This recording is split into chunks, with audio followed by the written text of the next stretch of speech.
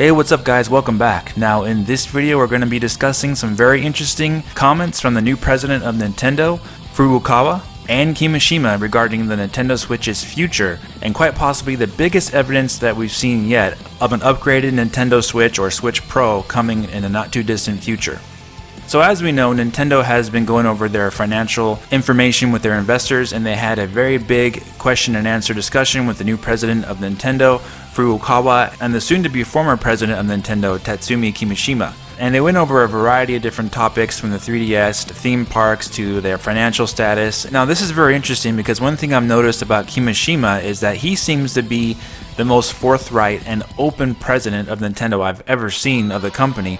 And now of course he only lasted for a few years, but it is very interesting from some of the things that he has said in the past year or so about Nintendo's hardware future. He's given a lot of hints subtly that there is going to be new hardware down the line, and this is probably the biggest one that we have seen yet. And Nintendo's looking to extend the Switch lifespan as long as possible, and it does look like that's going to be by way of additional hardware. And here's why I say that. Let's go over the first quote here from Kimishima as he talks about how Nintendo plans to sell 20 million consoles in the next fiscal year and how they're going to accomplish a very long lifespan for the Switch. He says, "As for the Nintendo Switch lifecycle, we need to steadily provide new experiences that will keep consumers always wanting to play Nintendo Switch in order to maintain sales for a long time." So you would think, okay, well, that's just more games, maybe more accessories, things like that, but look at what he says here. He goes on to say, "I cannot go into detail here today, but our company has a lot of experience with selling gaming systems, and we will actively incorporate everything we have learned, including our failures, into our planning. Changing environmental factors, including the activities of other companies," that is the key right here, including the activities of other companies, "can impact the Nintendo Switch lifecycle. So the benchmark is not whether Nintendo Switch can surpass total Wii sales, but rather how we, as a Nintendo, adapt and respond to changes in the market and strive to continue selling Nintendo Switch as long as possible." So this is the quote we're going to be discussing the most here, because it looks like Nintendo knows something is going on. Obviously, we've heard rumors of the PlayStation 5 and the Xbox 2 coming out in the not too distant future. Some have rumored 2019, some have rumored 2020. So they say here, changing environmental factors, including the activities of other companies, can impact the Nintendo Switch lifecycle. So he says it's not really about how much systems they can sell, it's about how they can respond to these type of changes, meaning competition in the market. Because obviously he's talking about other companies, and when you talk about other companies affecting the Nintendo Switch lifecycle, that is extremely obvious that that is new hardware.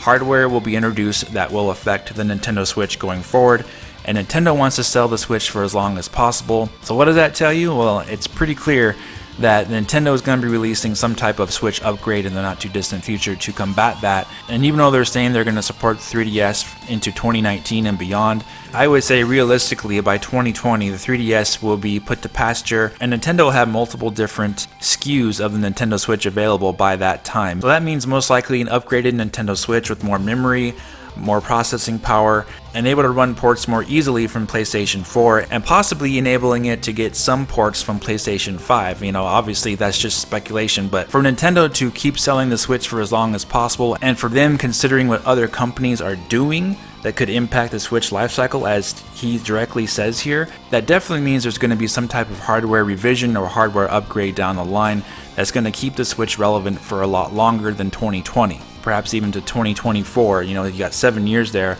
from 2017 when the Switch was released. That is not unrealistic to expect that there is going to be an upgrade for the Switch. And I know that there are a lot of Nintendo fans out there that have just purchased the Switch, but I wouldn't worry about it right now, because obviously when Nintendo releases a Switch Pro or a Switch upgrade or a new Switch or Super Switch, hey, I like Super Switch. Nintendo call it the Super Switch. I like that. It's good.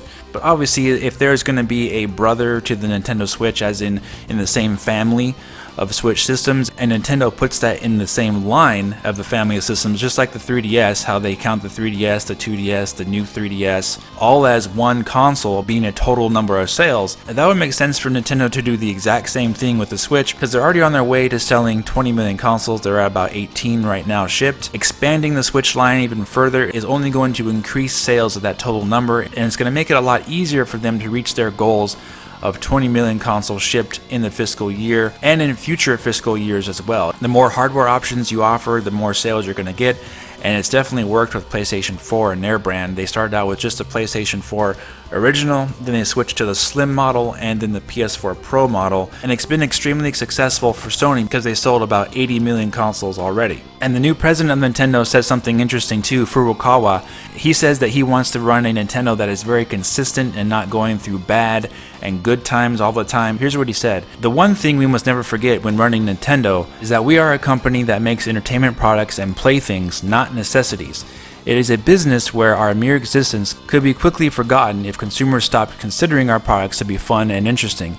No matter how the era or the environment changes, the essence of our business will not change. It is a high-risk business, so there will be times when business is good and times when business is bad.